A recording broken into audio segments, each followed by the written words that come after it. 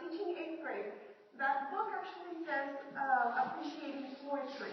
That's one of my favorite things to do, to teach students to write poetry, to write from their heart, to take memories that you have, parts of you, parts of your heart, and put them on paper and help you make sense of the world. Because that's what you're doing right now. As you're growing, as you're learning, you are making sense of the world around you. And writing is a channeling, it's a segue into trying to find out who you are in the world.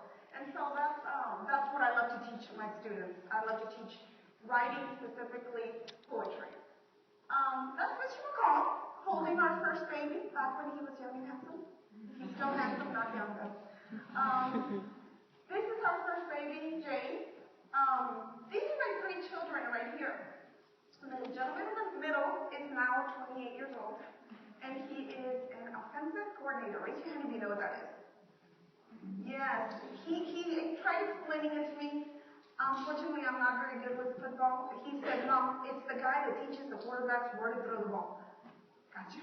All right, so he's an offensive coordinator at a high school, at Burbank High School in San Antonio. The is now 23 years old, and he is my computer. His word, not mine. Computer geese, Mom. I said, all right. And he is going to graduate in May with a computer science degree from Texas State University. All my children went to Texas State University, and since San Marcos, it's in Texas.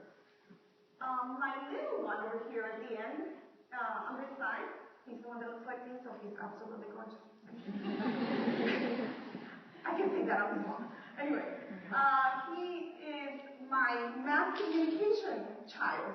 He's going to graduate from Texas State in 1 month, on December 12th, which happens to be Guadalupe Day.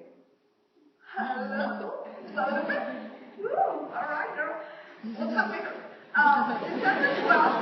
December 12th is Guadalupe Day, so make sure you celebrate your day on that day. And my son is graduating. How perfect is that? He is graduating from college on my day. I said, thank you for planning that. He said, Mom, the university does that. I have nothing to do with that. But he's going to be an anchorman someday, he said. Either that or he is going to, oh, by the way, you named his dog Anchorman? Baxter. Yeah, his dog's name is Baxter. That's how much he wants to be an anchorman. So this is my first book, Under the Mesquite. I actually have another book, but this is the first one. When I wrote it with my students. I was teaching them how to write poetry, and they said, well, if we're going to write a book, you're going to write a book. They kind of challenged me to do it. So I wrote a book with them, and then after a few years, I realized, hey, wait a minute, I really like these poems. I think that I could get it published. Send it to New York. Got published. All I really wanted was to just get published, just to have my book made into, my little poems made into a book.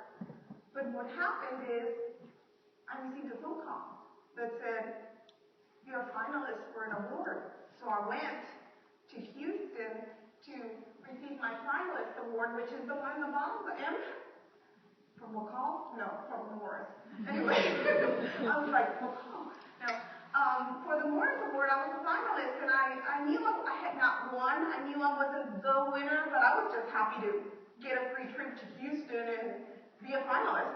And then when I get there, I receive another phone call that says, you got the Put About Pray.